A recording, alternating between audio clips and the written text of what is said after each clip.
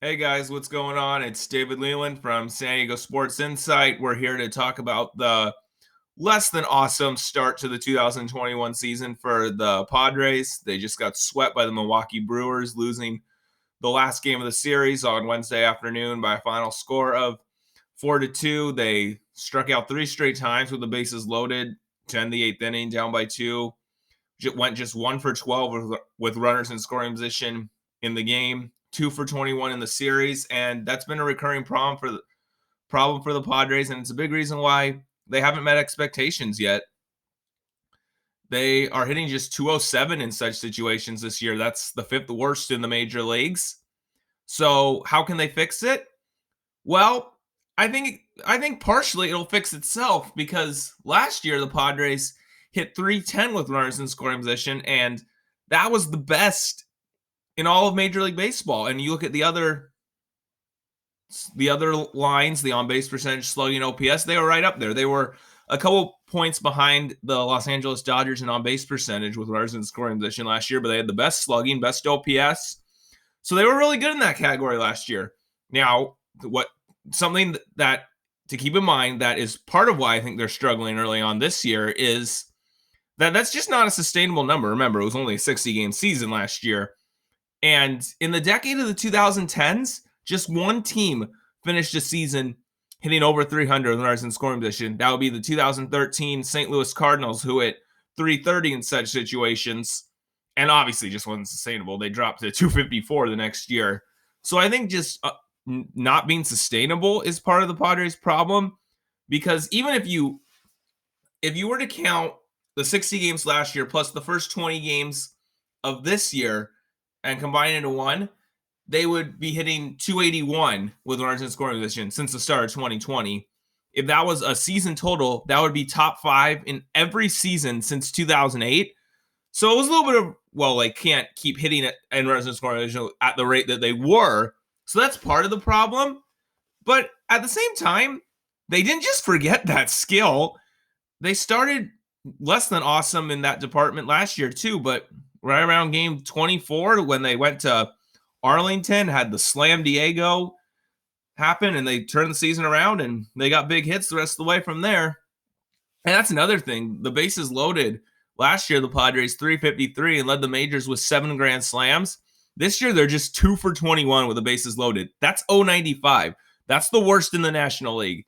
So you got to think that'll turn around too, because like I said, this isn't just a skill that they forgot. It's still in there. And another thing to consider is that this is a problem because of the opportunities we have in this situation. Like you heard Machado in the postgame today, he was like, yeah, we'll come through in those situations, and we keep putting ourselves in that situation, and that he would be more worried if we weren't getting those opportunities.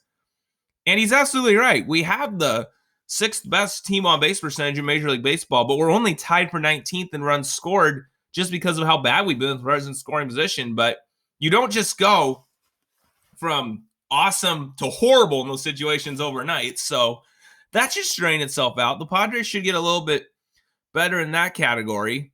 The pitching's been fantastic. We don't have to worry about that at all. Even if Lamet's re-injury is really bad, they still got plenty of depth. I mean, they had the best ERA without him throwing a single pitch until today. So they should be fine there. The other thing you got to consider about the Padres is that they're not the only, World Series favorite that's been struggling to start the year. The Atlanta Braves and New York Yankees have gone off to slow starts as well, as have the Minnesota Twins. And slow starts sometimes just happen, even with these teams that go on to the World Series. Just in recent memory, in the last 15 years, check this out. We all know 2 years ago, the Washington Nationals started 19-31 and ended up winning the World Series. The year before that, the Dodgers started 16-26. They ended up in the World Series. Go back to 2007, the Colorado Rockies were 18-27 in late May. They ended up in the World Series.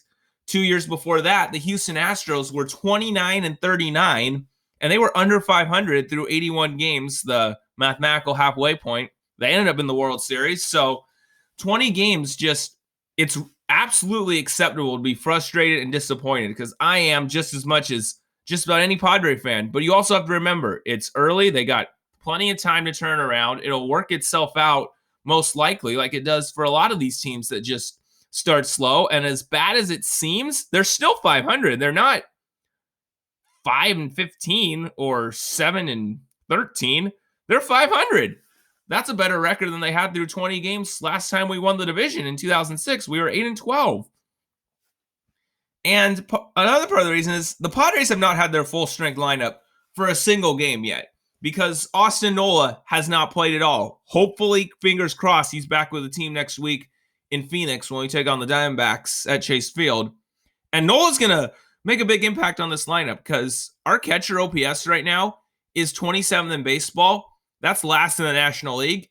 And Victor Caratini and Luis Campusano have come up in big spots and not gotten it done. Yes, Caratini had all those RBI in the first week of the season, but he's been really struggling since then. Campusano looks overmatched. So Nola coming in, not only does that help the catcher position, it lengthens the lineup. That helps a lot getting Austin Nola back. So fingers crossed he doesn't have any setbacks, comes back soon, hopefully next week, and that'll make a big difference. Another thing that'll make a big difference is if we can just get guys healthy and get them in the same lineup all together. We've only had a couple of games where we've even had the rest of the starters all together. Grisham missed the first homestand. Tatis got hurt on the first homestand. He came back for the Dodgers series. Grisham got hurt in the third game against the Dodgers, or second game against the Dodgers, didn't start the third game against the Dodgers, or first game against Milwaukee. So we've only had all our starters besides Nola in the lineup twice, really, the first two games against the Dodgers, because there's always been injuries. Grisham's been in and out with the hamstring and the quad.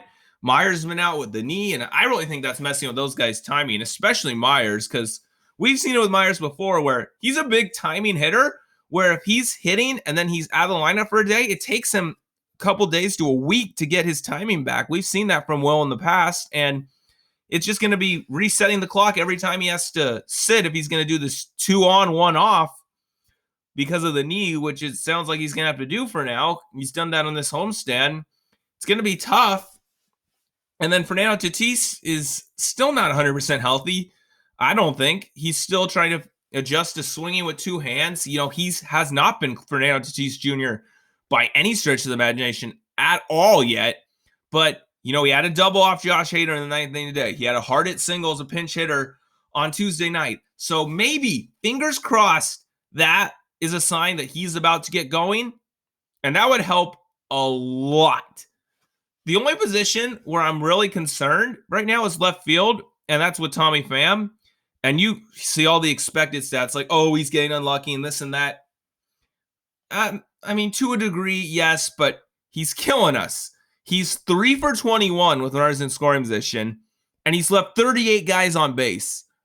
And considering the fact that other than the second game against Milwaukee, every loss we've had a chance to win up until the last batter. A reasonable chance to come back up until the last batter. We've been in a situation every game except for the second Milwaukee game. Even in that game, we had bases loaded down 5 in the 5th or 6th against Burns and couldn't score. And I'll get into Burns and some of the other pitchers we faced later. So in just about every game that we've lost, we've had a chance where if we got one big hit, we would have changed the game. So him leaving that many guys on, I mean, and the whole team's struggling with runners in the scoring position except for Hosmer. So it's not just Tommy Pham, but he's left more guys on base than anybody. So he's a big problem. I'm concerned. He just doesn't look like he has that same bat speed that he had in Tampa Bay. His body looks kind of broken down and done. I don't like what I see there. One thing about the Padres, too, is they've had a lot of bad breaks. Like Myers hits the ball on Tuesday night with first and third 2 outs. It's at least one, probably 2 RBI double if McKinney doesn't make a great diving running catch. Then even in the last game against Milwaukee on Wednesday afternoon, Machado with a runner at second, 1 out, laces that ball to left center. McKinney makes the running catch. and then Hosmer hits a line drive right at the second baseman, which he also did against Brandon Woodruff with a guy on second and 2 outs on Monday night when we lost by 2 runs. Just, they've had bad luck in that department a little bit. And today, even today, we could have won the game. Kella throws that curveball to Omar Narvaez that should have been strike 3. It's called a ball. Next pitch, 2-run homer. And then when there's 2 outs in the inning, they hit another home run. That's 3 runs that shouldn't have scored for Milwaukee right there. And we lost by 2. So we just have not caught any breaks in that regard. We're due to get some of those sometime, you would think. And yeah, it's frustrating. They've had some serious shortcomings with clutch hitting. But like I said, based off what they did last year, you would think logically that would just turn around. And it's possible the Padres aren't as good as they were hyped up to be, but they're a good team. I mean, this bad start is really, really frustrating, but could be a lot worse. The Padres still have plenty of time to turn around, and I think they will. But if they don't, I wouldn't be concerned long-term, because sometimes this just happens where a young team builds their way up. They have the playoff season. You're like, oh, they've arrived. Then they take a step back the next year. But then after that, they come back the next year and they're really good again. And it's like, okay, they're right on track. I look at the Houston Astros, 2015, after years of tanking, they made the playoffs, took the eventual champion Kansas City Royals to 5 games in the division series. Everyone was like, oh, the Astros have arrived. And then the next year, they take a step back. They only finish a couple games over 500, miss the playoffs. Then they come back in 2017 and they win the World Series with an asterisk, of course. But yeah, still, you get the idea. And this has happened in Padre history before, too. 1996, we ended our 12-year postseason drought. We won the West. Unfortunately, got swept by St. Louis in the playoffs, but it's another story. 97, some guys regressed. We had some injuries. We sunk back to last place, but over the winter, we made a couple tweaks, made a big move for Kevin Brown. And 1998, with mostly the same core, what do you know? We go to the World Series. So sometimes it's not always linear with teams like that. Sometimes those young teams that build their way up just take a step back. And so if the Padres do end up underachieving this year, it'll probably just be that. And like I said, they've been screwed with injuries and bad luck, partially in addition to some of their own shortcomings so far. But just hang in there. I think they're due to turn around with runners in scoring position, like I said, just because they were so good last year. It doesn't make sense for them to just suck all of a sudden in those situations. They're going to get healthier. Fingers crossed, you would think. Offensively, getting Austin Nola back will be huge to get some offense out of the catcher position and get some more depth to the lineup. So it's been rough, especially the last week or so, but I don't think it's quite time to panic yet. If we're still like this 6-8 weeks from now, then yeah, that's a different story. But for now, despite the frustrations of late, I think the Padres are still in an okay spot, and I don't think there's a need to worry yet. So just keep the faith, guys. We're still hungry for more. Go Padres, and hopefully next time I do this, we're talking about a hot streak.